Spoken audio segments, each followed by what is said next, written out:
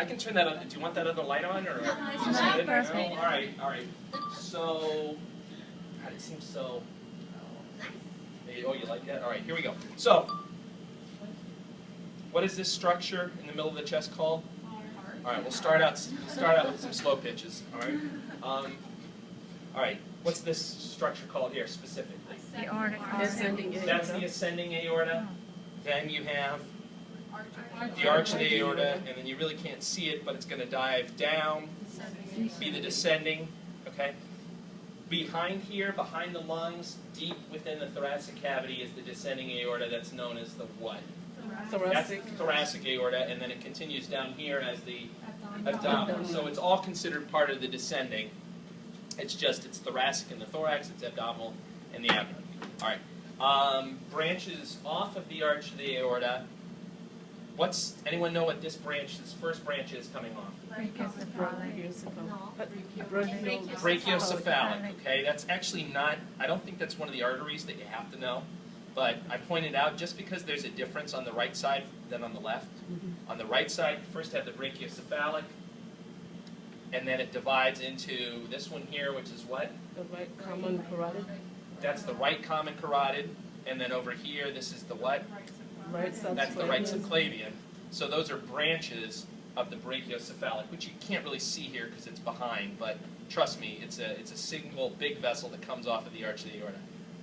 It's different on the left side, because the left side, this guy comes off, which is what? That's the left common carotid. It's a direct branch off of the arch of the aorta. And then, what's this one? Left subclavian. Left subclavian. That's also a direct branch. So on the left side, you don't have a brachiocephalic artery. You have these two guys coming directly off of the arch of the aorta.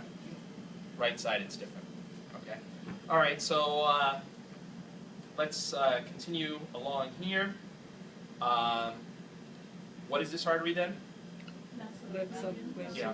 I was telling Edison, I mean, I'm not a real stickler about left and right side. If I point to it, you could just say subclavian, okay? I mean, why risk it, you know? you might mess up sometime, and you might just say right subclavian, and then it would like crush me because I knew you knew it's the subclavian, but you got your sides mixed up. So don't try to impress me with sides. Just keep it simple. All right. So there's the subclavian, and then what does this area represent around the armpit? That's the axillary artery. Okay, so it just changes name. There are some specific boundaries that you don't have to worry about. You know, if I point to something around here, you should know that's axial. If I point to it more up here, say subclavian. Okay. As it continues down, though, what's it called at this point? The brachial. Eventually, it's going to go down and branch into a lateral branch and a medial branch. What's the lateral branch? Oh, we cannot see. That's not what it's called. What's that branch? Radial. That's the radial, and then the part that goes medial is the ulnar. Okay. Those are the arteries up there. You don't have to worry about the arches of the hand or anything like that. Up in the neck, you should be aware of. They're not really showing it on the. You can't see it on this model on the left side, but if you follow the common carotid up. There's a little notch right there where it branches off, and one branch stays superficial and goes to the skin and the muscles outside of the skull. So what branch would that be? That's the external carotid, and then this little deeper part, which is going, picture it going in deep, actually up inside of your skull. What's that? That's the internal carotid. Okay. So that carotid sinus that I was talking about in lecture, those are little sensors that sit right about there and detect blood pressure. Okay. Anyway, so that's that. Over here, what does this branch represent?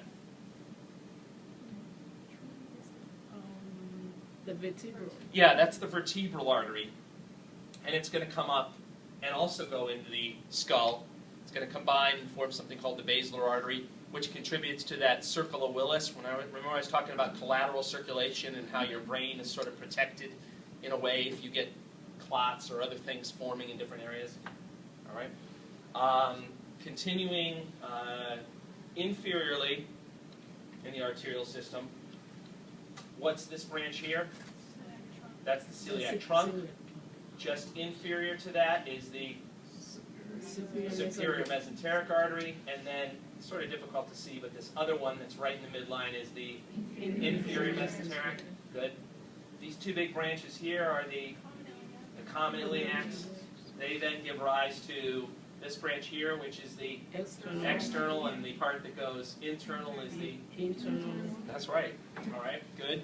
Now you continue down, and as the external iliac continues, it becomes this big artery. Femoral. Good. Also shown here. Okay. The femoral artery continues down. Now there is a deep femoral artery. You don't have to worry about that particular branch. The main femoral artery continues downward, actually goes posterior to the knee, and it becomes popliteal. Popliteal continues down and divides into a branch that courses anteriorly, which is the anterior tibial, and then one that courses posteriorly, which is the posterior tibial. Okay, that's arteries. For the veins, similar type of thing.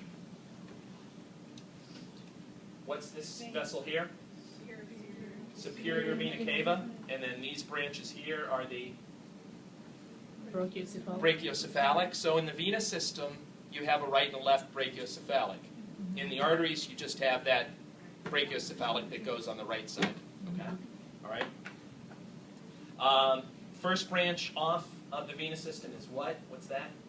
The anterior. That's the internal jugular vein. Okay. And then the posterior, or excuse me, the external jugular, internal jugular. All right. Continuing onward, this is then the subclavian vein. Yep. All right. Then it gives rise to the axillary vein, etc. Now on this side of the model, they're showing the superficial venous system. So this vein over here would represent the cephalic vein. This would represent the basilic vein, and then this represents the median cubital vein. On this side over here, they're showing the deep venous system. You can see that the brachial vein sort of parallels where the brachial artery is. It also has two branches, the ulnar branch and the radial branch. All right. So remember, the deep veins have similar names or have the same names as the arteries, and they follow in the same course. You have that extra superficial system in the venous system to be aware of as well, though. All right. Continuing in the abdomen, what's this large vessel here? Inferior vena cava. This branch here that's draining blood from the liver is the, don't say portal. No. All right, hepatic veins. Okay. This red branch here that's going to the liver is the hepatic artery. Okay. This lighter purple branch here is what? Hepatic portal. That's the hepatic portal vein. Okay. The liver gets its blood supply from two places: the portal vein and from the hepatic artery. But the blood flow just gets drained from the hepatic vein. Okay. This lighter purple here is all part of the what's called the portal system, right? Things that you need to be aware of there are the gastric vein coming in there. They've removed the stomach, but that would be heading towards the stomach. This larger branch in the middle is the splenic vein, and then this other branch here is the superior mesenteric vein, and then they come together and form the hepatic portal vein. Okay. Continuing down further, you have the renal veins on either side, common iliac, internal iliac veins, external iliac veins. The femoral veins go on, they follow the same type of course as the arteries do, right, with the branch of the popliteal and then the anterior tibial, posterior tibial. Okay. You also have superficial veins in the legs. This larger medial vein that stays superficial is what? That's the great saphenous vein. Okay. And then down in the leg you have a superficial vein that's lateral, known as the small saphenous. Okay. And that's basically it. Okay.